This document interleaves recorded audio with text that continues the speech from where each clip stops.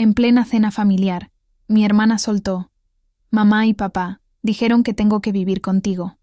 Yo tomé un sorbo de agua, bajé el vaso lentamente y respondí: «Qué incómodo.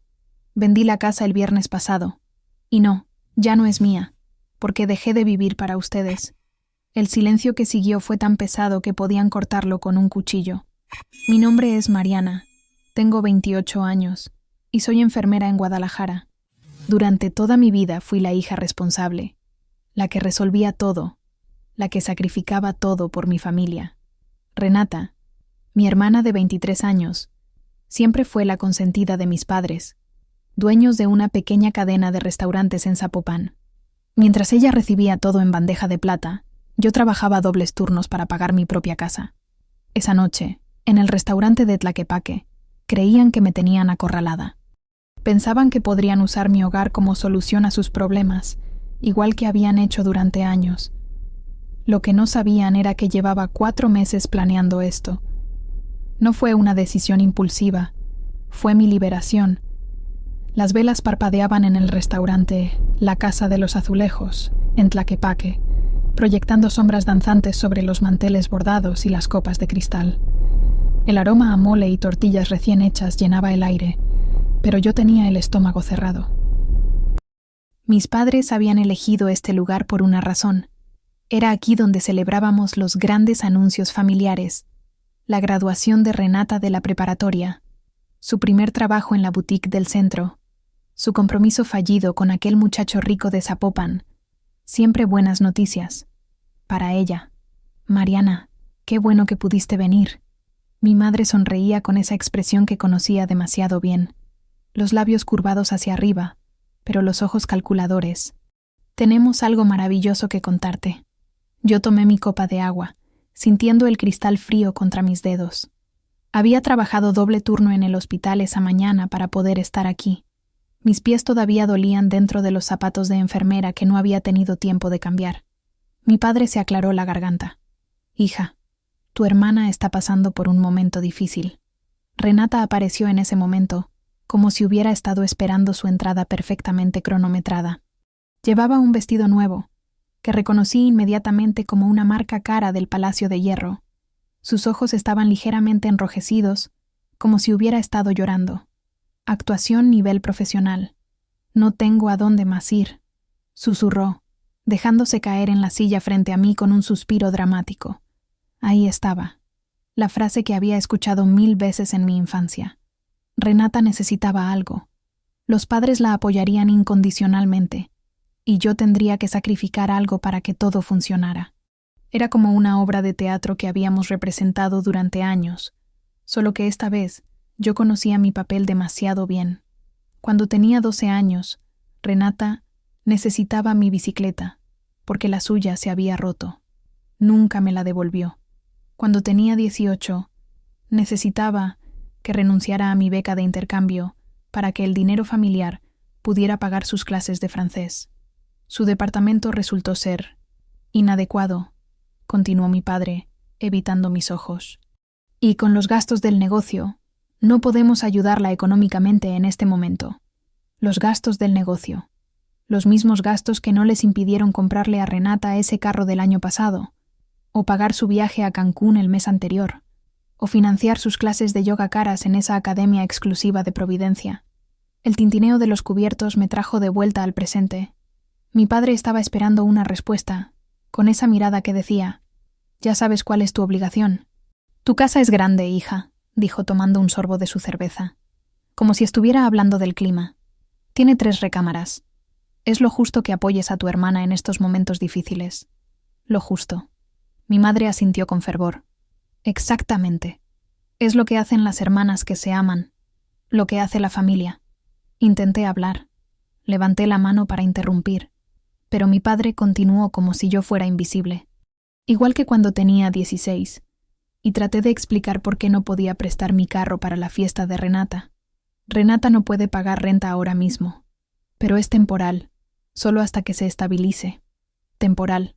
Esa palabra que en mi familia significaba indefinido, como cuando los tíos se quedaron temporalmente en mi casa durante 6 meses, como cuando mi prima, temporalmente, Usó mi coche por un año completo. Sentí algo frío y duro formándose en mi pecho. Esa rabia antigua, familiar, que había enterrado bajo capas de responsabilidad y culpa durante tantos años. Tomé mi copa de agua, respiré profundo y solté la bomba que había estado guardando durante 4 meses. ¡Qué incómodo! Pausé, viendo cómo todos se inclinaban hacia adelante, expectantes. Ya vendí la casa. El silencio que siguió fue tan completo que pude escuchar la conversación de la mesa de al lado. Una familia normal discutiendo qué postre ordenar. Mi padre se puso rojo como un tomate. ¿Cómo que vendiste la casa sin avisarnos? Su voz resonó en todo el restaurante. Varias personas voltearon a mirarnos. Por primera vez en años, yo tenía todo el poder emocional en esa mesa. Y me sentía libre. Mi madre se llevó las manos al pecho, como si le hubiera dado un infarto. ¿Qué vamos a hacer con Renata? Ni siquiera me preguntó por qué había vendido la casa, o si estaba bien, o dónde iba a vivir ahora. Lo único que le importaba era Renata. Siempre Renata. Eres una irresponsable, gruñó mi padre, golpeando la mesa con el puño. Los vasos saltaron. ¿Cómo pudiste tomar una decisión tan importante sin consultarnos? Renata explotó en lágrimas dramáticas. ¡Te odio!, gritó, señalándome con el dedo. Sabías que necesitaba un lugar y vendiste tu casa por despecho. Eres una egoísta. Egoísta. Esa palabra que había escuchado cada vez que no me sacrificaba por ellos. Cuando no presté mi vestido de graduación para que Renata fuera a una fiesta. Cuando no renuncié a mi trabajo para cuidar a mi abuela enferma mientras Renata viajaba por Europa. Pero esta vez, algo había cambiado dentro de mí. No era su decisión. Dije con una calma que me sorprendió incluso a mí misma. Recordé la última vez que había intentado poner límites. Tenía 23 años y acababa de empezar a trabajar como enfermera. Renata había tomado dinero de mi cartera sin permiso para comprarse zapatos. «Exageras por todo», me había gritado mi madre cuando me quejé. «Son solo 200 pesos. Ella te los devuelve después». Nunca me los devolvió. El mesero se acercó nerviosamente a nuestra mesa, fingiendo revisar nuestros platos casi llenos. «¿A quién se la vendiste?», demandó mi padre. «Necesitamos saber para poder hablar con esa persona. Seguramente podemos llegar a un acuerdo». Un acuerdo. Como si mi casa fuera propiedad familiar. Como si mi vida entera fuera algo que pudieran negociar por el bien de Renata. «Eso es un asunto privado», respondí. Mi padre volvió a golpear la mesa. Esta vez más fuerte. Era el mismo patrón de intimidación que había usado toda mi vida. Primero la voz, luego el golpe, después las amenazas. Funcionaba cuando tenía 8 años. Ya no. «Mariana, estás arruinando la vida de tu hermana». Renata se secó las lágrimas con una servilleta, dejando rastros de maquillaje. «¿Cómo puedes ser tan cruel? Somos familia». Familia. Esa palabra que usaban como arma cada vez que necesitaban algo de mí, pero que desaparecía misteriosamente cuando yo necesitaba apoyo. Cuando mi novio me dejó hace 2 años y estuve deprimida durante meses, nadie de mi familia vino a ver cómo estaba. Pero cuando Renata tuvo una mala cita la semana pasada, toda la familia se reunió para consolarla durante horas. Me di cuenta de algo en ese momento, mirando sus caras expectantes y furiosas. Siempre que yo no me sacrificaba, era la villana. Siempre que ponía mis necesidades primero, era la egoísta. Siempre que decía no, estaba siendo cruel. El patrón había estado ahí durante 28 años, y yo había sido demasiado ciega para verlo. Decidí mantenerme firme. Esto no era solo sobre la casa. Era sobre recuperar mi vida. Era sobre dejar de ser la hija que existía únicamente para resolver los problemas de otros. Era sobre reconocer que el peso emocional de esta familia había moldeado mi autoestima hasta convertirme en alguien que se sentía culpable por tener límites. No más. No voy a cambiar mi decisión, dije, poniéndome de pie. Renata sollozó más fuerte. Mi madre murmuró algo sobre hijos desagradecidos. Mi padre me miró con esa expresión que solía hacerme temblar. Pero esta vez, caminé hacia la salida sin voltear atrás. Podía escuchar a mi madre consolando a Renata. «No te preocupes, mija. Vamos a arreglar esto. Tu hermana va a entrar en razón». Mientras subía a mi carro, Vi por el espejo retrovisor cómo se inclinaban los tres hacia el centro de la mesa, como generales planificando una estrategia de guerra. No sabían que yo ya había ganado la primera batalla y que tenía un plan para ganar la guerra. Esa noche, sentada en mi departamento temporal cerca del hospital, las memorias me golpearon como una avalancha. Tenía 7 años cuando comenzó todo. Mariana, tu hermana está enferma. Tienes que cuidarla mientras llego del trabajo. Mi madre me entregaba las llaves de la casa como si fuera una responsabilidad sagrada. Renata tenía apenas 2 años y constantemente tenía algo, un resfriado, dolor de estómago, o simplemente lloraba porque quería atención. Yo preparaba sus comidas, le cambiaba el pañal, la entretenía con cuentos mientras mis amigas jugaban en la calle. Ella es frágil, tú eres fuerte, me decía mi madre cada vez que yo protestaba. Las hermanas mayores protegen a las menores. Es tu trabajo, mi trabajo, a los 7 años. El sonido de mi teléfono me regresó al presente. Era un mensaje de mi madre. Necesitamos hablar. Lo que hiciste hoy fue muy cruel. Cruel. Borré el mensaje sin responder. Recordé cuando tenía 17 años. Había ganado una beca parcial para un intercambio estudiantil en Francia. Era mi sueño desde niña. Estudiar enfermería en París, conocer el mundo más allá de Guadalajara. Mija, necesitamos ese dinero para las clases de francés de Renata, me explicó mi padre una tarde. Ella tiene talento para los idiomas. Tú puedes estudiar enfermería aquí perfectamente. Pero papá, es mi beca. Trabajé 2 años ahorrando para completar los gastos. No seas egoísta. Renata tiene más futuro en esto que tú. Renuncié al intercambio. Renata tomó 3 clases de francés y lo dejó porque era muy difícil. Mi teléfono sonó otra vez. Esta vez era Renata. Espero que estés feliz. Por tu culpa no tengo dónde vivir. Bloqueé su número.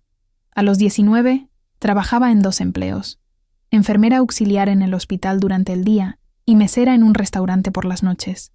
Dormía 4 horas diarias para poder enviar dinero a casa. Es temporal, me decían. Solo hasta que el negocio mejore.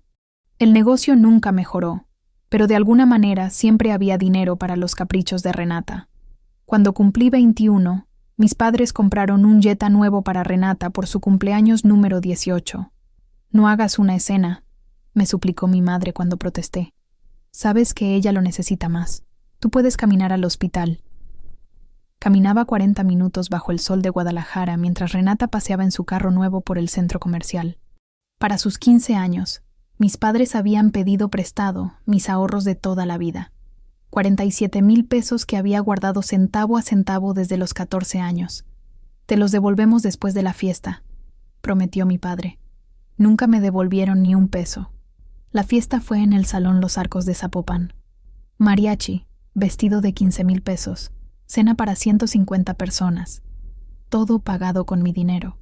Renata brillaba como una princesa mientras yo servía las mesas, porque conoces mejor a los meseros, hija.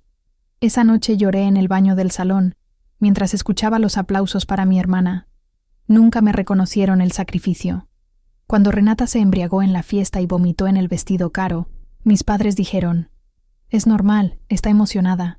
Cuando yo llegué 10 minutos tarde a casa la semana siguiente, me gritaron por irresponsable durante 1 hora. Mi teléfono vibró. Un email de mi padre. ¿Vendes esa casa ahora mismo o habrá consecuencias? Consecuencias. Cerré el teléfono y continué recordando. A los 24 entendí algo. Tenía que protegerme a mí misma. Nadie más lo haría. Dejé de dar dinero a la familia. Dejé de prestar mis cosas. Dejé de ser la solución a todos sus problemas. Comencé a ahorrar para mi propia casa. 3 años de lucha silenciosa. 3 años comiendo frijoles y arroz para guardar cada peso. 3 años ignorando sus quejas y manipulaciones. El día que firmé la escritura de mi casa, lloré de felicidad en la oficina del notario. La primera noche que dormí en mi propia cama, en mi propio hogar, sentí paz por primera vez en mi vida. Por 3 meses. Después comenzaron las invasiones. Primero fueron visitas esporádicas de Renata. Después se quedaba a dormir ocasionalmente. Luego llegaba sin avisar con amigos. Mis padres empezaron a usar mi casa como bodega para cosas del restaurante. Daban copias de llaves a primos para emergencias.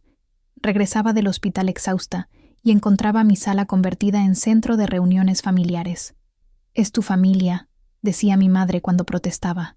«No puedes ser tan egoísta con tu propia sangre». El momento que cambió todo llegó hace 4 meses. Mis medicamentos para la presión arterial desaparecieron de mi buró. Sufro de hipertensión desde los 25 por el estrés constante de esta familia. Sin los medicamentos, tuve una crisis hipertensiva que me llevó a emergencias. «Seguro los perdiste tú», se rió Renata cuando le reclamé. «Siempre andas despistada». Mi madre me llamó exagerada. Mi padre dijo que era mi culpa por no cuidar mejor mis cosas. Esa noche, sentada en la sala de emergencias conectada a un monitor cardíaco, tomé una decisión. Voy a recuperar mi vida. Al día siguiente comencé a investigar agentes inmobiliarios. La venta había sido planificada durante 4 meses. No fue impulsiva. Y ahora, mirando estos mensajes amenazadores en mi teléfono, prometí algo más. Nunca más volvería a este ciclo. Nunca más. Al tercer día después de la cena desastrosa, mi madre finalmente logró contactarme. «Necesitamos hablar en persona», me dijo por teléfono, con esa voz que usaba cuando quería parecer razonable. «Hay cosas que no entiendes». Accedí a verla en el café del centro comercial Andares. Territorio neutral. Llegué puntual, como siempre. Ella llegó 20 minutos tarde, como siempre. «Mija», comenzó, sentándose frente a mí con su café capuchino de 80 pesos. «Sé que estás molesta, pero esta decisión de vender tu casa fue muy impulsiva. Necesitas reconsiderar». Impulsiva. Tomé un sorbo de mi café americano y la miré directamente a los ojos. «No fue impulsivo, mamá». Su expresión cambió ligeramente. Esperaba lágrimas, disculpas, la hija sumisa de siempre. «Te voy a explicar exactamente por qué vendí mi casa. Durante los últimos 2 años, mi casa se había convertido en una extensión de la casa de ustedes. Ya no era mi hogar. Era su bodega personal. ¿Recuerdas las sillas del restaurante que guardaron en mi garaje durante 2 semanas? Estuvieron ahí 8 meses. Mi carro tuvo que quedarse en la calle bajo el sol porque mi propio garaje estaba lleno de sus cosas. Mi madre empezó a protestar, pero continué. ¿Recuerdas cuando le dieron una copia de mi llave al primo Eduardo sin preguntarme? Llegué del hospital a las 2:00 am después de un doble turno, y me encontré a 10 personas viendo el partido en mi sala. Era una emergencia, no tenían dónde. No era su casa para ofrecer. Le conté sobre las fiestas de Renata, cómo llegaba del trabajo y encontraba mi cocina destruida, cerveza regada en mis muebles, desconocidos durmiendo en mi sofá. Renata es joven, necesita socializar. En mi casa, sin mi permiso, mientras yo pago los servicios y la limpieza. Mi madre tomó un sorbo de su café, clearly uncomfortable. Entonces le conté lo de mis medicamentos. ¿Recuerdas cuando terminé en el hospital hace 4 meses? No fueron mis nervios, como dijiste. Fue una crisis hipertensiva porque alguien tomó mis medicamentos de mi casa. Mariana, no puedes acusar a tu hermana sin pruebas. No la estoy acusando. Estoy diciendo que mis medicamentos desaparecieron de mi casa, donde solo la familia tenía acceso. ¿Pudiste haberlos perdido tú? Mamá, eran medicamentos para el corazón. No son algo que pierdes por descuido. Guardé el peor episodio para el final. 3 semanas antes de la crisis médica, llegué a casa y encontré a Renata en mi recámara, revisando mis cajones. ¿Qué buscas? Nada importante, había respondido, cerrando la gaveta donde guardo mis documentos personales. Esa noche revisé todo. Faltaba dinero de mi caja de emergencias. 3,000 pesos que tenía apartados para reparaciones de la casa. Cuando confronté a la familia, fue el show usual. Está loca. Siempre exagera. Seguro se le olvidó dónde lo puso. Necesitas ayuda psicológica. Renata Iben se atrevió a reírse. ¿En serio crees que necesito robar tu dinero? Papá me da todo lo que necesito. Mi madre no dijo nada. Mi padre cambió el tema. Esa noche me encerré en el baño y lloré durante 2 horas. No porque me hubieran robado, sino porque la había defendido. Ahí fue cuando decidí que iba a recuperar mi vida. Le dije a mi madre en el café, viendo cómo evitaba mis ojos. Contraté un agente inmobiliario al día siguiente. La venta no fue impulsiva. Fue planificada durante 4 meses. Pero, mija, nosotros no sabíamos. Claro que sabían. Sabían que estaban invadiendo mi espacio, using mi casa como su propiedad personal, y ignoring mis límites. Nunca pensamos... Exacto. Nunca pensaron. En mí. Mi madre finalmente me miró. ¿Y ahora qué vamos a hacer con Renata? Even then, después de todo lo que le había explicado, su única preocupación era Renata. Ese ya no es mi problema. Pero es tu hermana. Una hermana que me robó, invadió mi privacidad y casi causó que tuviera un ataque cardíaco. Me levanté para irme. Mariana, por favor, podemos arreglar esto. Me detuve en la puerta del café. Ya lo arreglé. Vendí la casa. Esa fue la última conversación peaceful que tuvimos. Al día siguiente comenzó la guerra. La guerra comenzó sutilmente. Primero fueron los vecinos. Doña Carmen, que vivía frente a mi antigua casa, me llamó una semana después de la cena. Mariana, mija, tu mamá me contó lo que pasó. No sabía que eras tan... ingrata con tu familia. Ingrata. Me dijo que vendiste tu casa para lastimar a tu hermana, que siempre fuiste celosa de ella. Colgué sin explicar nada. Después fue el carnicero de la colonia. Luego la señora de la tienda de la esquina. Después mi antigua estilista. Todos con la misma historia. La hija cruel que abandonó a su familia necesitada. Mi madre había hecho su trabajo de relaciones públicas perfectamente. Renata atacó por redes sociales. Su Instagram se llenó de indirectas envenenadas. Hay hermanas que traicionan, sobre una foto de ella llorando. Cuando la familia ya no importa, con un corazón roto. Dios ve todo, junto a una imagen de manos en oración. Los comentarios se llenaron de apoyo para ella. Ay, pobrecita. ¿Qué te hizo tu hermana? La familia es sagrada. Algunas personas no tienen corazón. Cada post era una puñalada pública a mi reputación. Los mensajes anónimos en WhatsApp comenzaron al tercer día. Eres una hija terrible. Espero que Dios te castigue. Tu hermana te necesita y tú la abandonas. Ojalá te pase algo malo para que aprendas. Números que no reconocía, pero el estilo de escritura era familiar. Primos, tíos, amigos de la familia. Mi madre me llamó llorando cada noche. Mariana, mija, recapacita. Renata está devastada. No puede dormir, no puede comer. Está en terapia psicológica por tu culpa. Por mi culpa. Necesitas arreglar esto. Eres su hermana mayor. Tienes una responsabilidad. Ya no tengo casa, mamá. Puedes buscar algo más grande. Con tu salario puedes conseguir un lugar para las dos. Con mi salario. Para las dos. Como si mi vida entera existiera para resolver los problemas de Renata. La llamada que me quebró llegó a medianoche, después de un turno de 18 horas en el hospital. Si no arreglas esto, la voz de mi padre sonaba fría, controlada. Te saco del testamento, oficialmente. Mañana voy con el notario. El testamento, donde estaban la casa familiar, los terrenos en Chapala, las acciones del restaurante, mi única seguridad económica futura. ¿Me estás chantajeando, papá? Te estoy dando una última oportunidad de ser parte de esta familia. Colgué temblando. Esa noche no pude dormir. Por primera vez en meses, las dudas me carcomían como ácido. ¿Estoy haciendo lo correcto? ¿Soy realmente tan egoísta como dicen? ¿Vale la pena perder a mi familia por unos límites? El peso emocional era asfixiante. Cada mensaje, cada llamada, cada comentario en redes sociales se acumulaba en mi pecho como piedras. Le marqué a Lupita, mi única amiga de la universidad que conocía la historia completa. Lupe, necesito hablar con alguien. Nos vimos en el Starbucks de Plaza del Sol 1 hora después. Se están volviendo locos. Le conté, mostrándole los mensajes anónimos. Tal vez debería... Para, me interrumpió. ¿Qué te está pasando? Hace una semana estabas segura de tu decisión.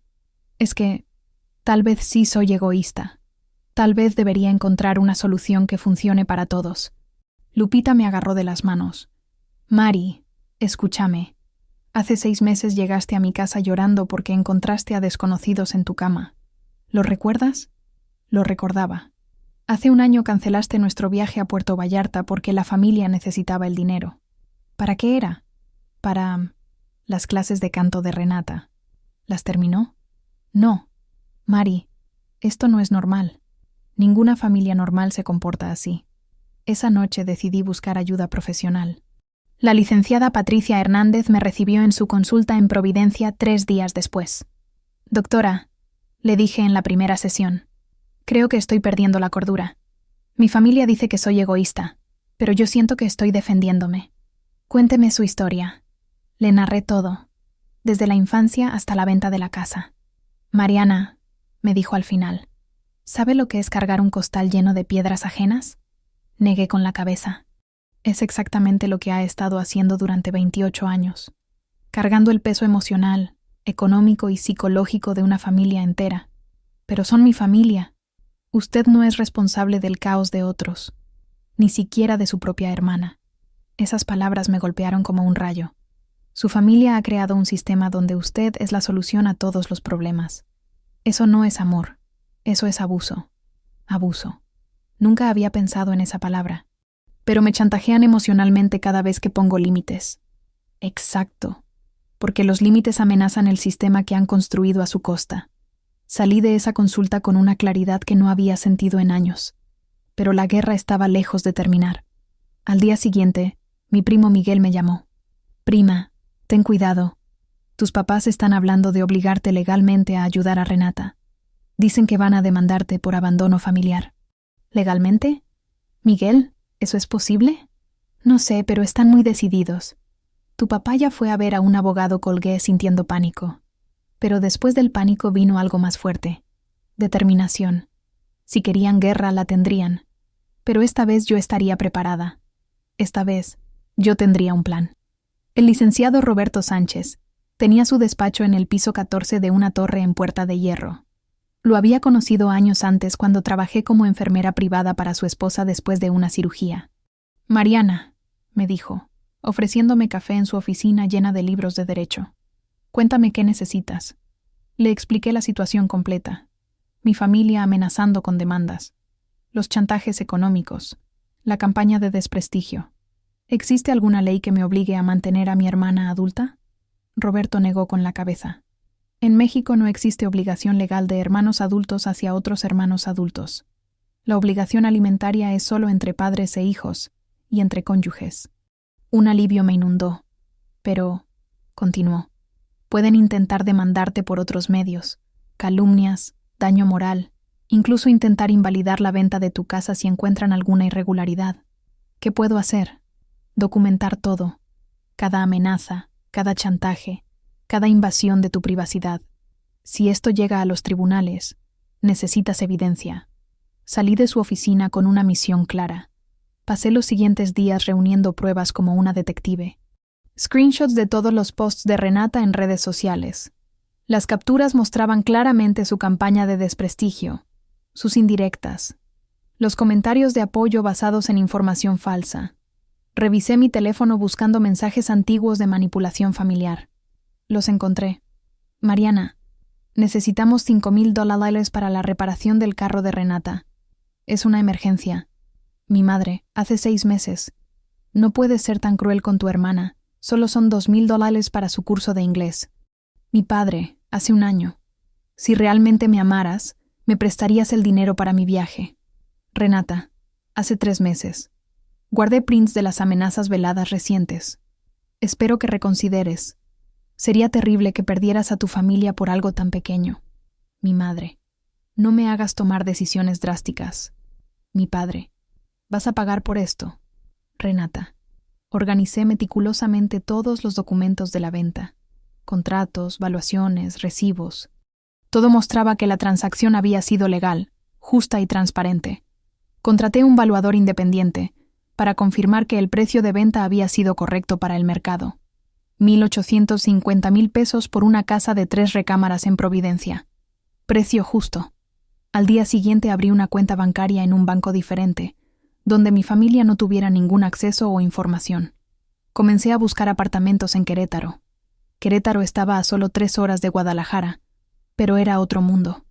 Una ciudad limpia, segura, donde podría empezar de nuevo sin el peso de la historia familiar. Encontré un apartamento de 1 recámara en el centro histórico, pequeño pero hermoso, con vista a la Plaza de Armas. 8,500 pesos al mes. la cuarta parte de lo que costaba mantener mi casa en Guadalajara. Hablé con mi jefa de enfermería, la licenciada Martínez. Mariana, tengo contactos en el Hospital Ángeles Querétaro. Con tu experiencia, conseguir una transferencia sería fácil. ¿Cuándo podría ser? Dame un mes para hacer las llamadas. Perfecto. Pasé las siguientes semanas creando un plan detallado para cortar contacto progresivamente. Primero bloquearía a Renata en todas las redes sociales. Después cambiaría mi número de teléfono. Finalmente, me mudaría sin avisar a nadie la dirección exacta. Pero antes del gran escape, necesitaba un confronto final. No podía irme como una fugitiva. Necesitaba cerrar este capítulo de mi vida de frente. Comencé a preparar un speech. Punto por punto. Prueba por prueba.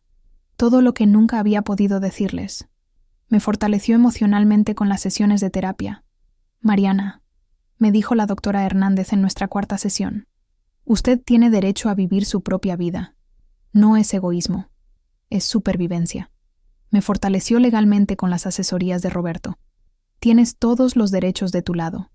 Si intentan cualquier cosa, estaremos preparados. 3 semanas después de comenzar mi idea, me sentí lista. Le mandé un mensaje a mi padre. Papá, necesitamos hablar, todos juntos. Una última vez. Tú decides dónde y cuándo, pero será la última conversación que tengamos sobre este tema. No volveré a ceder. Su respuesta llegó 2 horas después. Casa familiar. Domingo 3:00 p.m. Tu mamá, Renata y yo. Perfecto. Domingo sería el día del confronto final. Pero esta vez, yo sería la que tendría el poder. Esta vez, yo estaría preparada para enfrentar décadas de abuso. De igual a igual. Por primera vez en años, dormí 8 horas completas. Sin pesadillas sobre confrontaciones familiares. Sin despertarme en pánico preguntándome qué crisis tendría que resolver hoy. Sin el peso constante de ser responsable por la felicidad de otros. El apartamento que renté temporalmente cerca del hospital era pequeño. Apenas 40 metros cuadrados. Pero era mío. Completamente mío. Nadie tenía llaves. Nadie aparecía sin avisar. Nadie usaba mi espacio como depósito o centro de reuniones familiares. El silencio era glorioso. Comencé a establecer rutinas que nunca había podido tener. Desayunaba tranquila, leyendo las noticias en mi teléfono. Tomaba baños largos sin prisa. Veía series en Netflix hasta las 2:00 a.m. si se me antojaba. Pequeñas libertades que la gente normal da por sentado, pero que para mí eran revolucionarias. En el hospital, mi energía cambió completamente.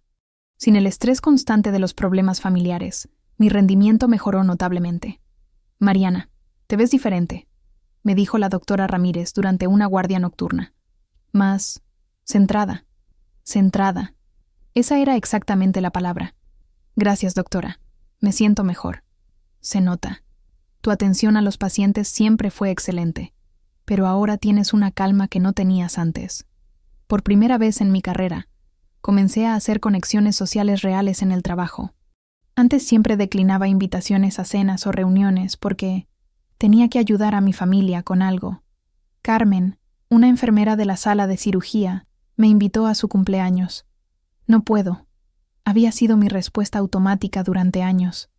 Esta vez dije, ¿a qué hora? La reunión fue en un bar de la zona rosa. Nada elegante, pero lleno de risas, música y conversaciones normales sobre series de televisión, planes de viaje y chistes del hospital. Conversaciones que no involucraban resolver los problemas de nadie. ¿Sabes qué, Mariana?, me dijo Carmen a mitad de la noche. Siempre pensé que eras muy seria, muy cerrada, pero eres divertidísima. Divertida. Otra palabra que no había escuchado aplicada a mí en años. Durante décadas había sido responsable, confiable, la que resuelve problemas. Nunca divertida. La semana siguiente llegó una oportunidad profesional inesperada. El director del hospital, Dr. López, me llamó a su oficina. Mariana, tenemos una posición nueva, supervisora de enfermería del turno nocturno. El aumento salarial sería considerable, y francamente, creemos que eres la candidata perfecta. Supervisora. Un puesto que había soñado durante años, pero que nunca perseguí activamente porque siempre estaba distraída con drama familiar. ¿Cuándo necesitan una respuesta? Tómate el tiempo que necesites. La posición es tuya si la quieres. Esa noche celebré sola en mi pequeño apartamento con una copa de vino y una pizza. Pequeñas victorias que se sentían enormes. Por primera vez en mi vida adulta, las cosas estaban saliendo bien. Por primera vez, yo era la prioridad en mi propia vida. Debería haber sabido que no duraría. El martes por la mañana, después de un turno especialmente tranquilo, mi teléfono explotó con notificaciones. Llamadas perdidas de números desconocidos. Mensajes de WhatsApp de compañeros de la universidad que no había visto en años. Menciones en Facebook de gente que apenas conocía. ¿Qué carajo? Abrí Facebook y entendí inmediatamente. Renata había encontrado al comprador de mi casa. La familia Morales, una pareja joven con 2 niños pequeños que habían pagado precio completo y en tiempo récord. Gente honesta que solo quería un hogar seguro para sus hijos. Pero Renata había aparecido en su puerta. El video estaba en todas las redes sociales. ¡Abran la puerta!, gritaba Renata, golpeando la entrada de mi antigua casa. Sé que están ahí. Necesito hablar con ustedes. El señor Morales salió, obviamente confundido y nervioso. Sus niños se asomaban por la ventana, claramente asustados. Señorita, esta es nuestra casa ahora. No sé qué. Esta casa fue vendida ilegalmente. Renata lloraba dramáticamente para las cámaras que ya habían comenzado a grabar. Mi hermana me dejó en la calle.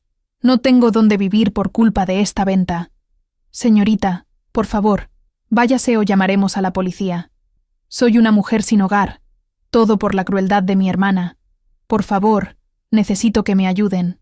La señora Morales apareció con un bebé en brazos, claramente aterrada. No sabíamos nada de esto, le dijo a Renata. Compramos la casa legalmente. Tenemos todos los papeles. Ustedes compraron una casa con sangre. Mi hermana me robó mi derecho a vivir. El video terminaba con Renata siendo escoltada por la policía mientras gritaba: Mariana González es una criminal. Abandonó a su familia. Google su nombre. Los comentarios fueron brutales. Pobre muchacha, qué hermana tan cruel. ¿Cómo pueden ser tan malvadas las hermanas? Esa Mariana debe ser un monstruo. La familia es sagrada. Esa enfermera no tiene corazón. En 6 horas, el video tenía más de 50.000 visualizaciones. En 12 horas, había aparecido en páginas de chismes locales con títulos como Enfermera de Guadalajara abandona a su hermana en la calle. Mi nombre completo. Mi profesión. Mi foto tomada de redes sociales. Todo público. El miércoles por la mañana, la directora de Recursos Humanos del hospital me llamó a su oficina. Mariana, tenemos un problema. Me mostró su computadora. El video de Renata había llegado a grupos de Facebook de enfermeras de Guadalajara.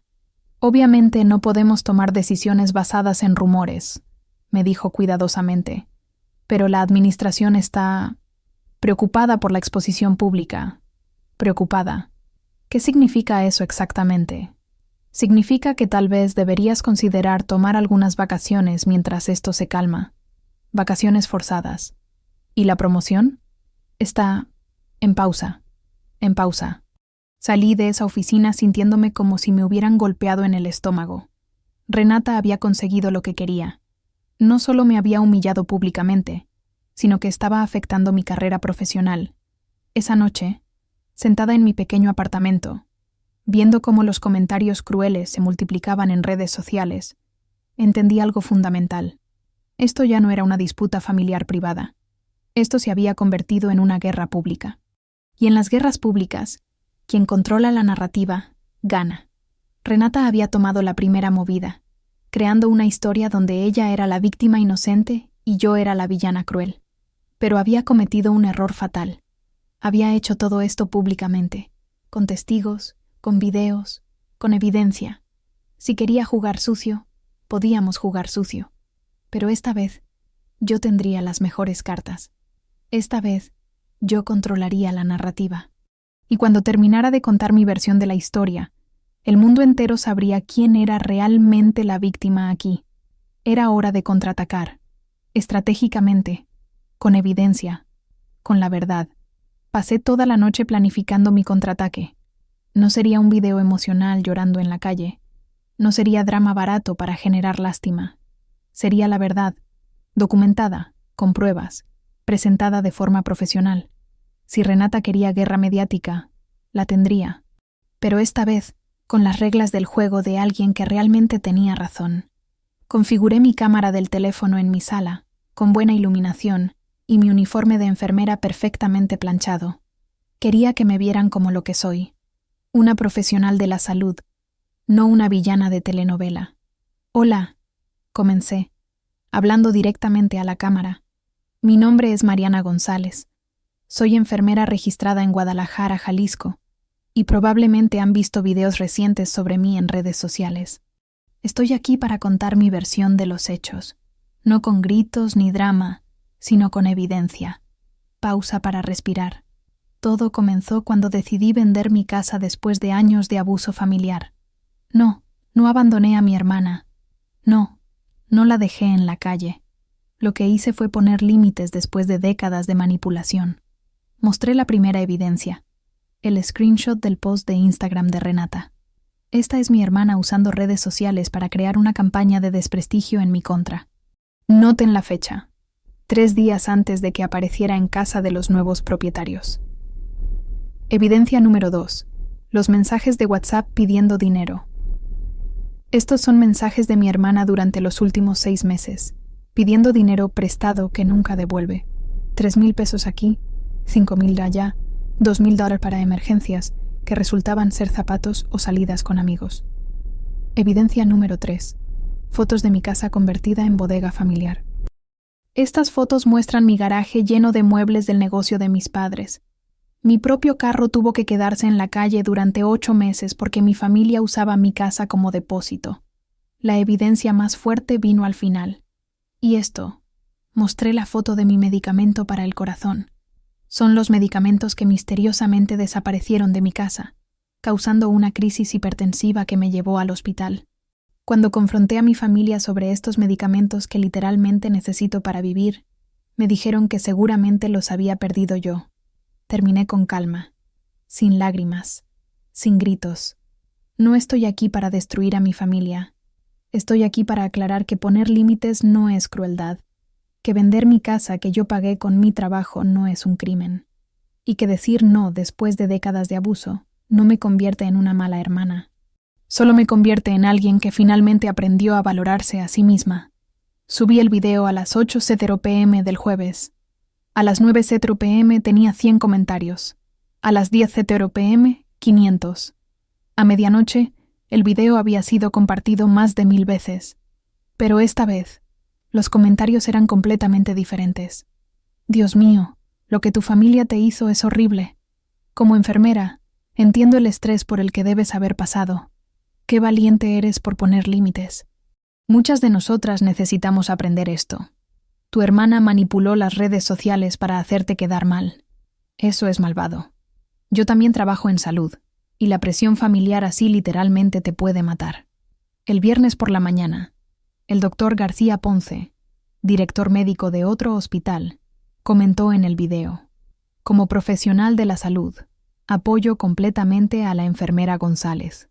El estrés familiar puede causar problemas cardíacos graves. Poner límites no es egoísmo, es supervivencia. Su comentario fue compartido por decenas de otros médicos y enfermeras de la ciudad. De repente, tenía el apoyo de la comunidad médica completa. El sábado, 3 páginas de noticias locales contactaron conmigo para entrevistas. Elegí cuidadosamente. Guadalajara Noticias, el periódico online más respetado de la ciudad. La entrevista fue por videollamada, profesional y seria. «Enfermera González», me preguntó la reportera, ¿qué quiere que la gente entienda sobre su situación? Que el abuso familiar existe en muchas formas. No siempre es violencia física. A veces es manipulación emocional, chantaje económico y violación de límites personales. ¿Qué consejo daría a otras personas en situaciones similares? Que busquen ayuda profesional, que documenten todo y que entiendan que poner límites no los convierte en malas personas. La entrevista se publicó el domingo con el título: Enfermera de Guadalajara denuncia años de abuso familiar.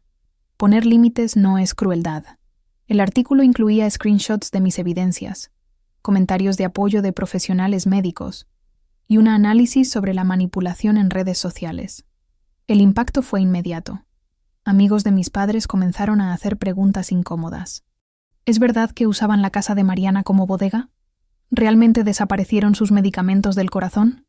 ¿Por qué Renata necesitaba tanto dinero si tiene trabajo? El lunes por la mañana, Renata había borrado el video original de TikTok. Demasiado tarde. Miles de personas ya lo habían visto, y ahora tenían el contexto completo de mis evidencias. Mi teléfono sonó constantemente con llamadas de mi familia.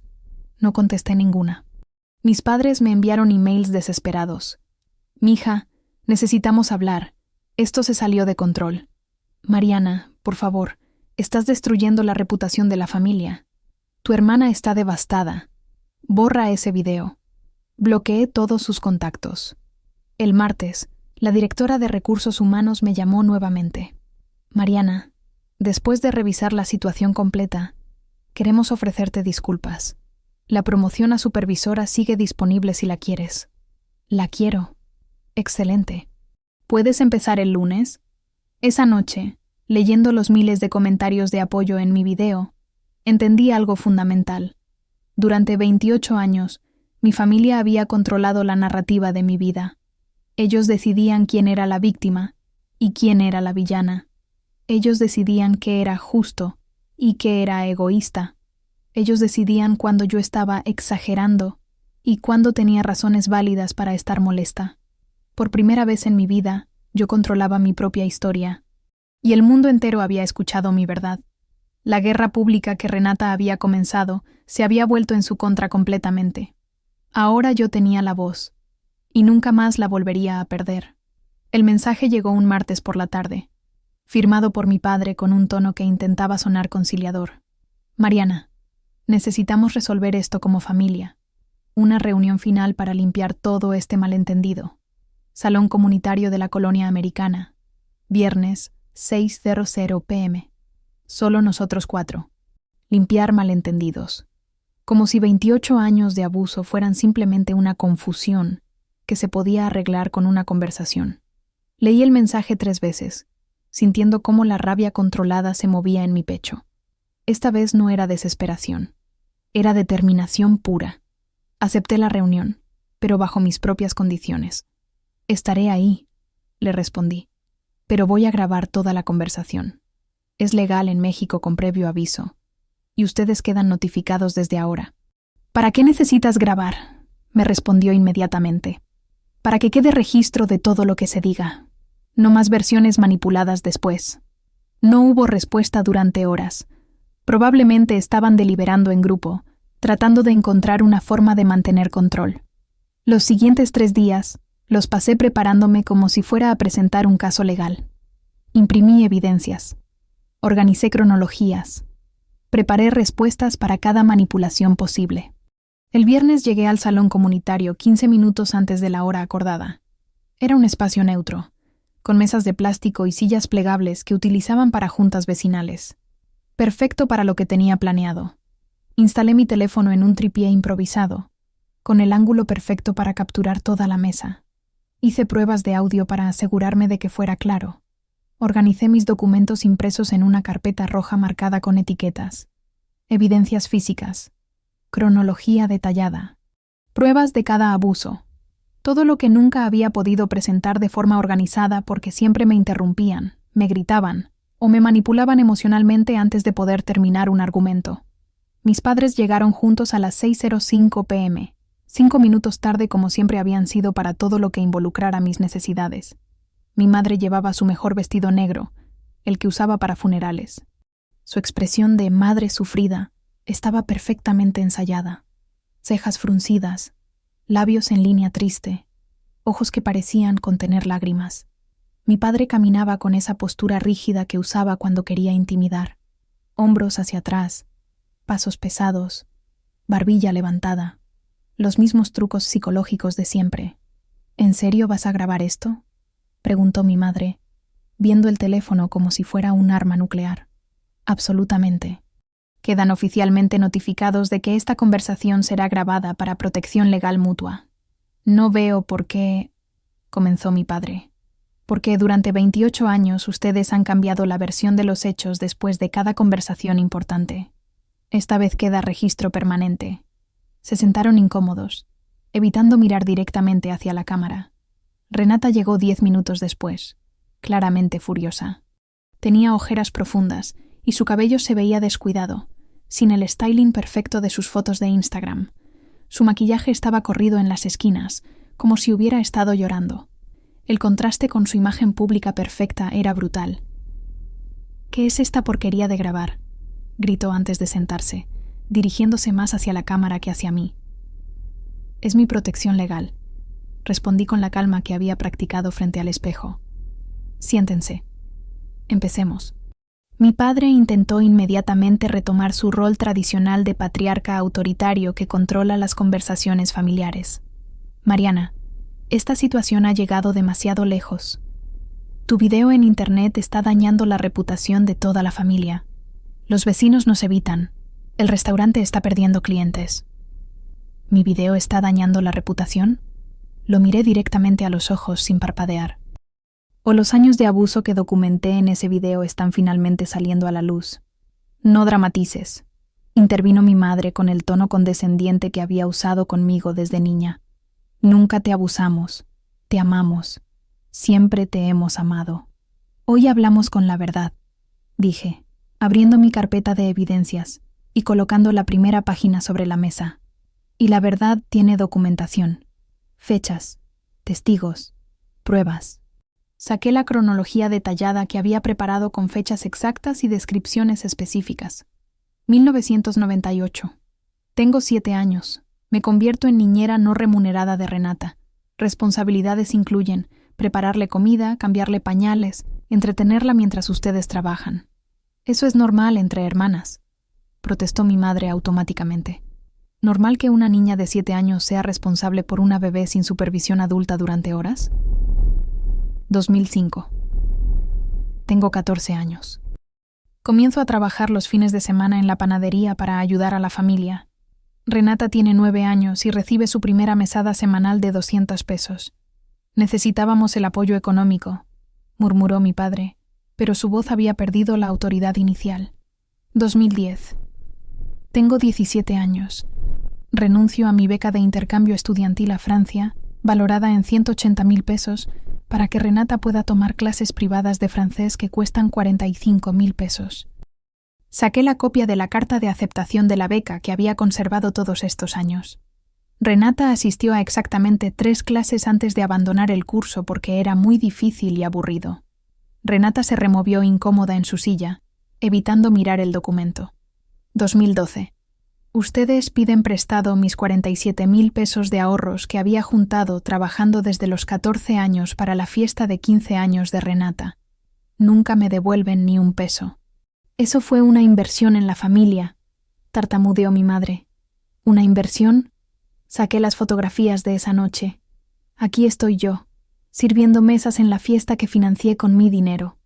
El silencio en la mesa se volvió pesado, denso. Continué con la cronología, metódicamente, sin prisa, saboreando tener control total de la narrativa. 2015. Renata recibe un Jetta nuevo de 180.000 pesos para su cumpleaños número 18. Mismo año en que yo camino 40 minutos al hospital todos los días porque no hay presupuesto para un segundo carro. 2018. Mis medicamentos para el corazón, los Sartán 50 mg que tomo diariamente, desaparecen de mi buró. Termino en urgencias con crisis hipertensiva. Ustedes me dicen que seguramente los perdí por despistada. Saqué la copia del reporte médico de emergencias. 2019. Ustedes convierten mi garaje en bodega gratuita para los muebles del restaurante durante 8 meses. Mi carro tiene que quedarse en la calle. 2020 a 2024. Renata usa mi casa para fiestas sin mi permiso. Encuentro desconocidos en mi cama. Ustedes me dicen que no sea egoísta con la familia. Con cada fecha, cada ejemplo, cada prueba, vi cómo sus expresiones cambiaban de arrogancia a incomodidad a defensiva. ¿Saben cuánto dinero me han pedido prestado en total? Saqué otra hoja con cálculos detallados. 267.000 pesos a lo largo de 10 años. Dinero que nunca devolvieron. ¿Saben cuánto han gastado en Renata durante el mismo periodo? Otra hoja. 890,000 pesos. Carro, viajes, ropa de marca, cursos que abandona, emergencias que resultan ser caprichos. Los números flotaron en el aire como evidencia irrefutable. Cada cumpleaños de Renata, fiesta familiar, regalos costosos, cada cumpleaños mío durante la universidad. Estamos ajustados económicamente. Cada logro de Renata, celebración que dura días. Mi graduación de enfermería con mención honorífica. Qué bueno, mija. Saqué la última evidencia. Los screenshots de mensajes recientes impresos en papel fotográfico. Y esto es lo que me escribieron la semana pasada cuando finalmente puse límites. Leí cada mensaje en voz alta. Eres una hija desagradecida. Te sacamos del testamento. Vas a pagar por esto. No tienes corazón. Por primera vez en toda la conversación, los 4 quedaron completamente callados. Renata tenía lágrimas corriendo por sus mejillas, pero no eran lágrimas de tristeza, de rabia pura. Todo eso es normal en una familia, explotó finalmente, golpeando la mesa. Las hermanas mayores ayudan, no somos abusivos. Tienen razón, dije con calma, cerrando la carpeta. No son una familia abusiva. Vi un destello de alivio esperanzado en sus ojos. Son individuos abusivos que casualmente comparten apellido. El alivio se evaporó como agua en el desierto. Durante 28 años ustedes me convencieron de que yo era el problema, que era egoísta por querer límites, que era cruel por decir no. Mariana, Mi padre intentó interrumpir con el mismo tono autoritario. No les debo más, continué, mi voz ganando fuerza. No les debo dinero que nunca tuve obligación de prestar. No les debo mi casa como depósito familiar. No les debo mi salud mental como pago por haber nacido aquí. «¡Pero somos tu familia!», gritó Renata, perdiendo completamente el control. Una familia real no roba medicamentos del corazón a su hija enferma. Una familia real no usa chantaje emocional para obtener dinero. Una familia real no convierte el hogar de su hija en circo sin permiso. Mi padre hizo un último intento desesperado por recuperar control. «Muy bien», dijo con voz fría. «Si esa es tu decisión, que conste que tú elegiste destruir esta familia». Me puse de pie, recogiendo mis documentos. «Papá, ustedes eligieron su comodidad sobre mi bienestar durante décadas. Eligieron mantener a Renata irresponsable en lugar de enseñarle a valerse por sí misma. Eligieron usar mi culpa como herramienta de manipulación. Yo solo elegí mi paz. Apagué la grabación, guardé mi teléfono. Esta es la última conversación que tendremos. No me busquen, no me contacten, no aparezcan en mi trabajo. A partir de ahora ustedes son extraños para mí». Caminé hacia la salida sin voltear atrás. Detrás de mí escuché a Renata sollozando, a mi madre murmurando, «Esto es una pesadilla», y a mi padre maldiciendo. Por primera vez en mi vida, sus reacciones emocionales no penetraron mi escudo. No eran mi responsabilidad. Nunca lo habían sido. No tuve que esperar mucho para ver las consecuencias de esa confrontación final. El video grabado se había convertido en mi póliza de seguro contra cualquier futura manipulación, pero las repercusiones para mi familia comenzaron inmediatamente. El restaurante familiar, Los Sabores de González, comenzó a sentir el impacto económico en cuestión de días. Carmen, mi amiga enfermera, me llamó la segunda semana después del confronto. «Mariana, pasé por el restaurante de tus papás ayer porque mi mamá quería comer ahí. El lugar estaba prácticamente vacío un viernes por la noche. Antes siempre tenías que hacer reservación para los fines de semana». «¿Qué viste exactamente?» Había como 8 mesas ocupadas en un restaurante de 40 mesas. Tu papá estaba parado en la entrada con cara de funeral, tratando de convencer a la gente de que entrara. Se veía desesperado. La reputación que mis padres habían construido durante 20 años se desmoronó en cuestión de semanas. Las reseñas de Google del restaurante se llenaron de comentarios devastadores. ¿No es este el restaurante de la familia que abusaba psicológicamente de su hija enfermera? Vean en YouTube el video de Mariana González. Después decidan si quieren darle dinero a esta gente. La comida está bien, pero sabiendo lo que le hicieron a su hija me da asco.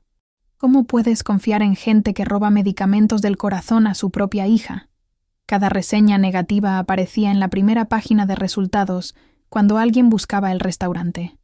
El algoritmo de Google había convertido mi historia viral en la primera impresión que cualquier cliente potencial tenía del negocio familiar. Mi madre, que durante años había organizado eventos sociales para la élite de Zapopan y Guadalajara, experimentó su propio colapso profesional. La señora Patricia Hernández, presidenta del exclusivo Club de Damas de Providencia, la llamó personalmente. Elena, le dijo usando su nombre en lugar del respetuoso señora González de siempre. El comité directivo ha decidido que no podemos asociar el nombre del club con esta controversia familiar. Los eventos que mi madre había coordinado durante años, la kermés anual de caridad, el torneo de golf benéfico, las cenas de gala, de repente ya no necesitaban su experiencia. Su círculo social, construido cuidadosamente durante décadas, comenzó a evitarla como si tuviera una enfermedad contagiosa. Las invitaciones a cenas, reuniones del club de lectura y eventos sociales se detuvieron abruptamente. Sus amigas dejaron de responder sus llamadas. Los grupos de WhatsApp donde antes participaba activamente se volvieron silenciosos cuando ella escribía algo. Pero lo que realmente destruyó económicamente a mi padre llegó 3 semanas después del confronto final. Empleados del restaurante, inspirados por mi testimonio sobre abuso familiar, comenzaron a presentar denuncias laborales ante la Secretaría del Trabajo. Resulta que durante años, mi padre había estado violando leyes laborales básicas de forma sistemática. Jornadas de 12 horas sin pago de tiempo extra, vacaciones nunca otorgadas, aguinaldos olvidados, convenientemente año tras año, falta de seguro social para empleados de medio tiempo. El patrón de abuso no era exclusivamente familiar. Era un sistema que aplicaba a cualquier persona vulnerable que dependiera de él. La Secretaría del Trabajo llegó para una auditoría que duró 4 días. 3 empleados presentaron demandas por salarios no pagados que sumaban 127,000 pesos. Una excocinera denunció acoso laboral. 2 meseros documentaron discriminación por edad. Las multas gubernamentales ascendieron a 340,000 pesos más intereses. Mi padre tuvo que vender su adorado Ford Expedition del año, su símbolo de éxito y masculinidad, para poder pagar las multas y evitar el cierre del restaurante. La humillación de manejar un Tsuru prestado después de 20 años de vehículos de lujo fue particularmente devastadora para alguien cuya identidad estaba construida en proyectar éxito. Renata sufrió su propio colapso público. Sus seguidores de redes sociales, que inicialmente la habían apoyado, comenzaron a investigar sus publicaciones anteriores con ojo crítico. Encontraron evidencias de su estilo de vida completamente financiado por otros. Viajes caros a destinos internacionales pagados por papá, ropa de marca que costaba más que su salario, fiestas en lugares exclusivos fuera de su presupuesto real. Los comentarios en sus fotos cambiaron drásticamente. Si puedes pagar bolsas Louis Vuitton, puedes pagar tu propia renta. ¿Con qué dinero te fuiste a Tulum si no puedes pagar un departamento? Tu hermana literalmente subsidiaba tu estilo de vida de Instagram y la llamas cruel. Princesa privilegiada llorando por consecuencias por primera vez en su vida. Tienes 23 años. Consigue varios trabajos como el resto de nosotros. En 2 semanas perdió más de 3,000 seguidores. Las marcas locales que la patrocinaban cancelaron sus colaboraciones. No queremos estar asociados con drama familiar negativo, le explicó una boutique donde había modelado ropa. Pero el golpe final vino cuando perdió su trabajo en Liverpool del centro comercial. Vi a tu hermana en el Starbucks llorando por teléfono, me contó Lupita. Aparentemente la gerencia la corrió porque varios clientes se quejaron. Algunas personas la reconocían del video y específicamente pidieron que no las atendiera. Perder el trabajo significaba perder la única fuente de ingresos independiente que había tenido. De repente, la realidad de ser una adulta sin habilidades financieras básicas la golpeó brutalmente. Por primera vez en 23 años, nadie iba a rescatarla económicamente. Los vecinos de la colonia americana, donde mis padres habían vivido durante 15 años, comenzaron a evitarlos activamente. Doña Carmen, que había sido amigable durante toda mi infancia, le dijo directamente a mi madre: «Elena, ya no me siento cómoda hablando con ustedes después de saber cómo realmente trataban a Mariana. Me da pena haber sido engañada tanto tiempo». Las invitaciones a quinceañeras, bodas y reuniones familiares se detuvieron completamente. Primos que antes visitaban regularmente dejaron de aparecer. Tías que llamaban semanalmente dejaron de hacer contacto. La red social que había sostenido a mi familia durante décadas se desintegró como si hubieran contraído una enfermedad social. Mi madre tuvo un colapso emocional completo que requirió intervención profesional por primera vez en su vida. No entiendo cómo llegamos a este punto. Le confesó a la psicóloga que finalmente comenzó a ver, según me contó discretamente mi prima Elena. Nosotros siempre fuimos buenas personas. Siempre hicimos todo por nuestras hijas. Buenas personas que sistemáticamente robaron medicamentos del corazón de su hija enferma. Buenas personas que usaron chantaje emocional como herramienta de control durante décadas. Buenas personas que tomaron 267,000 pesos prestados y nunca mencionaron devolver ni un centavo. El video original de Renata gritando en la puerta de mi antigua casa resurgió en grupos de Facebook locales, pero ahora con mi contexto completo. En lugar de generar simpatía para ella, se había convertido en evidencia de manipulación mediática y chantaje emocional en tiempo real. La gente compartía screenshots con comentarios analíticos. Esto es exactamente como se ve la manipulación emocional en la práctica. Chantaje para generar lástima cuando la verdad es completamente diferente. Pobres nuevos propietarios teniendo que lidiar con esta familia disfuncional. Miren cómo actúa para las cámaras versus lo que realmente pasó. La narrativa pública había cambiado completamente e irrevocablemente. Una vez que la opinión pública se vuelve contra alguien en nuestra era de redes sociales, es casi imposible recuperar credibilidad. 6 meses después del confronto final, mi familia enfrentaba la realidad que habían evitado durante años. Consecuencias reales por décadas de abuso psicológico y explotación financiera. No podían manipular esta situación a su favor. No podían culparme por su colapso social y económico. No podían usar lágrimas, viajes de culpa o chantaje emocional para revertir el daño permanente a sus reputaciones. La verdad se había vuelto irrefutablemente pública, documentada y buscable en línea para siempre. Y por primera vez en sus vidas, ellos eran los que necesitaban desesperadamente ayuda que prácticamente nadie les quería dar. Yo no celebré su sufrimiento con alegría maliciosa. Simplemente continué construyendo mi nueva vida en Querétaro, asistiendo a terapia regularmente y aprendiendo cómo tener relaciones saludables donde la manipulación no es la forma principal de comunicación.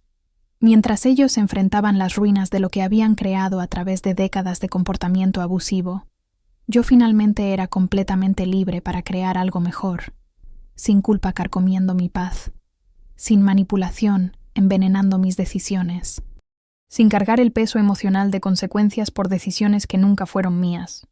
3 meses después del confronto final, tomé el autobús hacia Querétaro con una sola maleta y el corazón más ligero de lo que había estado en décadas. El apartamento que había rentado estaba en el segundo piso de un edificio colonial en el centro histórico, 50 metros cuadrados que costaban 8,500 pesos al mes, exactamente la tercera parte de lo que gastaba manteniendo mi casa en Guadalajara. Pero no se trataba del dinero, se trataba del silencio. Un silencio que por primera vez en mi vida sonaba a libertad, no a soledad. Abrí la puerta por primera vez con mi propia llave, sin temer que alguien más la tuviera, sin preocuparme de que llegaría a encontrar desconocidos en mi sala o familiares usando mis cosas sin permiso. Las paredes eran blancas, simples, vacías, perfectas. No había memorias dolorosas impregnadas en cada rincón. No había fantasmas familiares susurrando culpas en mis oídos. No había peso emocional de décadas de abuso acumulado entre estos muros. Era una página en blanco. Mi página en blanco. Esa primera noche dormí en un colchón inflable en el piso, pero fue el mejor sueño que había tenido en años. 8 horas completas sin despertarme, preguntándome qué crisis familiar tendría que resolver al día siguiente. Las primeras semanas fueron de puro descubrimiento personal. Comencé a cocinar para mí misma por primera vez en la vida. No comida rápida porque llegaba exhausta de resolver problemas ajenos, sino comidas reales que elegía porque se me antojaban. Experimenté con recetas que encontraba en YouTube. Compré especias que nunca había probado. Me sentaba a comer despacio, saboreando cada bocado, leyendo un libro o simplemente mirando por la ventana hacia la plaza de armas. Pequeños placeres que la gente normal da por sentado. pero que para mí eran revolucionarios. Establecí rutinas que eran completamente mías. Cada mañana antes del trabajo caminaba por el Parque Querétaro 2000. 40 minutos de paz total, respirando aire fresco, viendo familias normales que reían sin drama, parejas que se abrazaban sin manipulación, niños que jugaban sin ser responsables de problemas adultos. Un mundo donde la funcionalidad emocional era la norma, no la excepción. En el hospital, mi nuevo ambiente laboral floreció inmediatamente. Sin el estrés constante de los conflictos familiares, mi rendimiento profesional alcanzó niveles que nunca había imaginado posibles. Mi concentración era láser, mi paciencia con los pacientes, infinita, mi energía para aprender, voraz. La doctora Martínez, jefa de enfermería, me llamó a su oficina después de mi primer mes. Mariana, estoy impresionada. Tu expediente de Guadalajara ya era excelente, pero aquí hay una diferencia notable. Te ves centrada. Me siento diferente, doctora. Se nota. Queremos ofrecerte la coordinación del programa de entrenamiento para enfermeras nuevas. Es una promoción considerable. Coordinadora. Un puesto que había soñado durante años, pero que nunca había perseguido porque siempre estaba distraída resolviendo crisis familiares. ¿Cuándo puedo empezar? Comencé a entrenar a las nuevas enfermeras con una paciencia y sabiduría que me sorprendieron. Por primera vez en mi vida, tenía la energía emocional para ser mentora de otras personas, porque no estaba gastando toda mi energía en ser la terapeuta gratuita de mi familia. Enfermera González, me dijo una de mis estudiantes después de una sesión particularmente intensa, usted explica las cosas de una manera que nos hace sentir capaces, no estúpidas. Eso no es común. Capaces. Esa palabra resonó en mi mente durante días. Decidí inscribirme en un programa de posgrado en Administración de Servicios de Salud. Clases nocturnas 2 veces por semana en la Universidad Autónoma de Querétaro. Por primera vez en mi vida tenía tiempo y energía mental para perseguir mis propios objetivos académicos, porque no había drama familiar constante consumiendo toda mi capacidad cerebral. Pero el cambio más significativo fue social. Sin el peso constante de los problemas familiares, comencé a formar amistades reales por primera vez en años. Conocí a Patricia en las clases de posgrado. Era administradora de un hospital privado, divorciada, con 2 hijas que criaba sola sin drama. Una mujer funcional que resolvía problemas sin crear nuevos. ¿Quieres venir a cenar este sábado?, me preguntó después de un examen. Mi respuesta automática durante años había sido: no puedo. Tengo que ayudar a mi familia con algo. Esta vez dije: me encantaría. La cena fue en su casa, simple pero acogedora. Cocinamos juntas, hablamos de nuestras carreras, planes futuros, series de televisión. Sus hijas hicieron la tarea en la mesa mientras comíamos. Conversaciones normales, sin drama, sin crisis, sin alguien necesitando rescate emocional o financiero.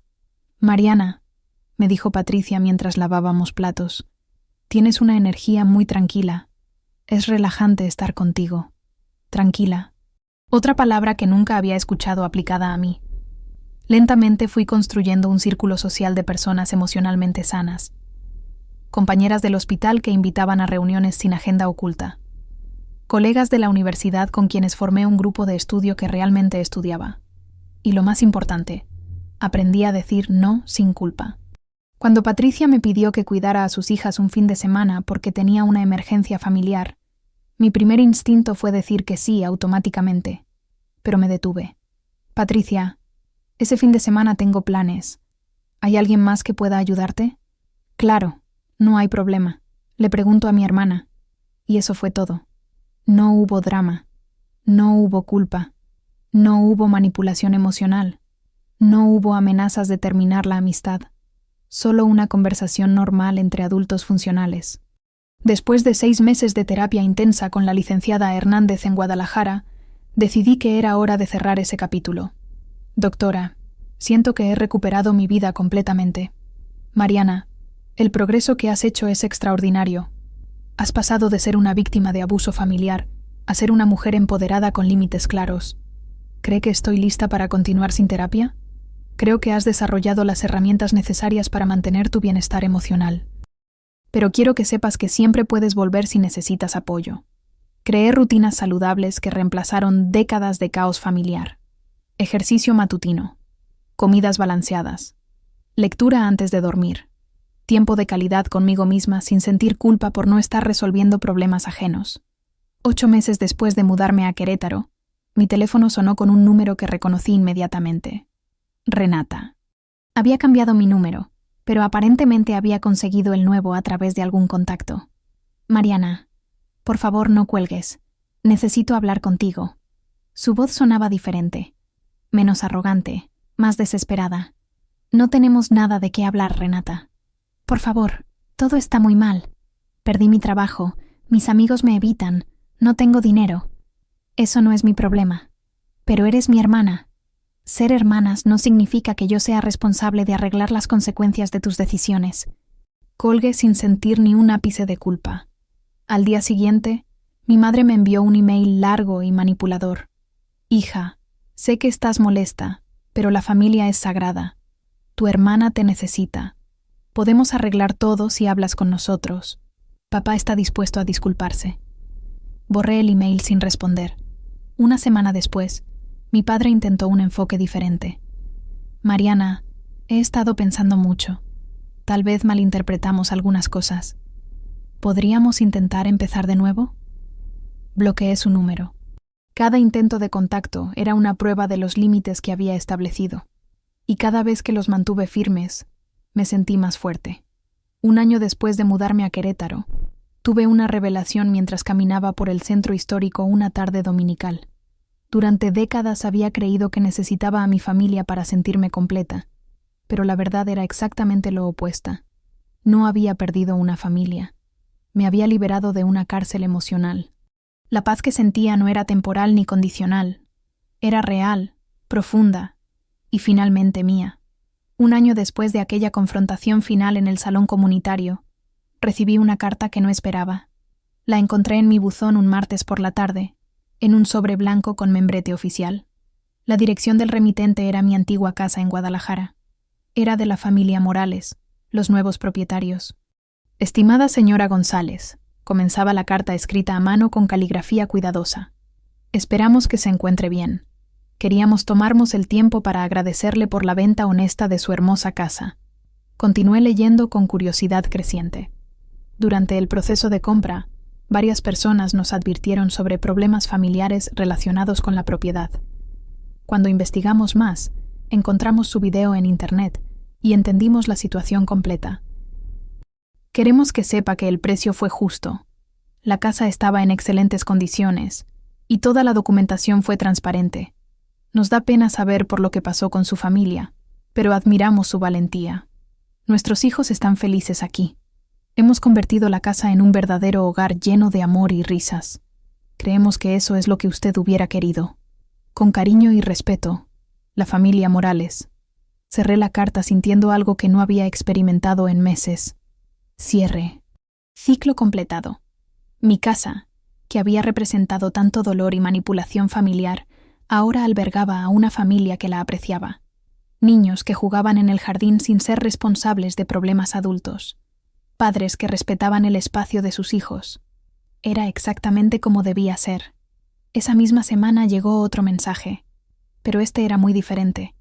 Un email largo de mi madre con el asunto. Una disculpa sincera. Mariana, tu padre y yo hemos estado asistiendo a terapia familiar como nos sugirió la psicóloga. Hemos estado reflexionando mucho sobre nuestros errores. Queremos pedirte perdón por todo el daño que te causamos. Sabemos que no fuimos justos contigo. Sabemos que te usamos para resolver problemas que no eran tuyos. Renata también está en terapia ahora. Ha aceptado que necesita aprender a ser independiente. ¿Podrías considerarlo dar una oportunidad a que reparemos nuestra relación? Prometemos que será diferente esta vez. Leí el mensaje completo 2 veces. Las palabras sonaban correctas en la superficie, pero había algo que faltaba. Acción. No había mención de devolver los 267,000 pesos que me debían. No había reconocimiento específico de haber robado mis medicamentos. No había disculpas por usar mi casa como depósito sin permiso. No había aceptación de responsabilidad por décadas de chantaje emocional. Eran disculpas genéricas diseñadas para conseguir lo que querían. Mi regreso a la dinámica familiar disfuncional. Borré el email sin responder. El sábado siguiente decidí hacer algo que había estado posponiendo durante meses. Conduje de regreso a Guadalajara por primera vez desde que me mudé. No para ver a mi familia. Para cerrar mi propio ciclo emocional. Fui directamente a la barranca de Huentitán, el lugar donde solía ir de niña cuando necesitaba escapar del caos familiar. Un mirador natural que daba vista a todo el valle de Guadalajara. Me senté en el mismo banco de piedra donde había llorado tantas veces durante mi adolescencia, preguntándome por qué mi familia no me valoraba. Pero esta vez no lloré. Simplemente contemplé la ciudad que había sido mi prisión durante 28 años. Solté esa casa como solté la culpa. Murmuré en voz alta, sintiendo el viento fresco de la tarde en mi cara. Era más que una analogía. Era una declaración de liberación. Durante el viaje de regreso a Querétaro, tuve una idea que había estado gestándose en mi subconsciente durante meses. Mi experiencia podría ayudar a otras mujeres atrapadas en dinámicas familiares tóxicas. Había recibido cientos de mensajes en redes sociales de personas que se identificaban con mi historia. Mujeres que también eran las responsables de sus familias. Hijas que sacrificaban sus vidas por hermanos irresponsables. Adultas que no sabían cómo poner límites sin sentir culpa. Decidí crear algo útil con mi dolor. Comencé a desarrollar un proyecto de apoyo para mujeres que sufrían manipulación familiar. Talleres sobre límites saludables. Grupos de apoyo virtuales. Recursos educativos sobre abuso emocional. Lo llamé Límites Sanos. 3 meses después publiqué un video final en mis redes sociales. No era dramático ni emocional como los anteriores. Era educativo, informativo, empoderador. Mi nombre es Mariana González, y hace 1 año y medio expuse públicamente años de abuso familiar que había estado sufriendo. Hoy quiero hablar sobre algo que he aprendido. La diferencia entre ayudar y ser usado. Ayudar es temporal, específico, y no compromete tu bienestar. Ser usado es constante, vago, y te deja emocionalmente agotado. Poner límites no te convierte en una mala persona, te convierte en una persona saludable. Si estás viendo esto porque te identificas con mi historia, quiero que sepas 3 cosas. Primero, no eres responsable de arreglar a los adultos de tu familia. Segundo, decir no es una oración completa. Tercero, mereces respeto, y está bien alejarte de personas que no te lo dan, incluso si comparten tu apellido. El video se volvió viral nuevamente, pero esta vez de manera diferente. No por drama o escándalo, sino por su mensaje de empoderamiento. Recibí miles de mensajes de agradecimiento. Gracias por enseñarme que puedo amar a mi familia desde la distancia. Tu historia me dio el valor para dejar de financiar los errores de mi hermano. Por primera vez entendí que no soy egoísta por querer mi propia vida. Comencé terapia después de ver tu video. Mi vida está cambiando. Sentí que había logrado algo más valioso que cualquier venganza. Había transformado mi dolor en servicio. Mientras tanto, las consecuencias para mi familia continuaron. Según me contó discretamente mi prima Elena, Renata seguía luchando con las repercusiones de sus acciones. Había perdido 3 trabajos más por problemas de actitud. Sus redes sociales permanecían casi inactivas, porque cualquier publicación era recibida con comentarios recordándole la manipulación familiar. Mis padres habían tenido que cerrar temporalmente 2 sucursales del restaurante. La reputación familiar en Guadalajara estaba permanentemente dañada, pero ya no sentía satisfacción maliciosa por su sufrimiento. Solo indiferencia. No eran mi problema. Nunca más lo serían. 2 años después de mudarme a Querétaro, mi vida había tomado una forma que nunca había imaginado posible.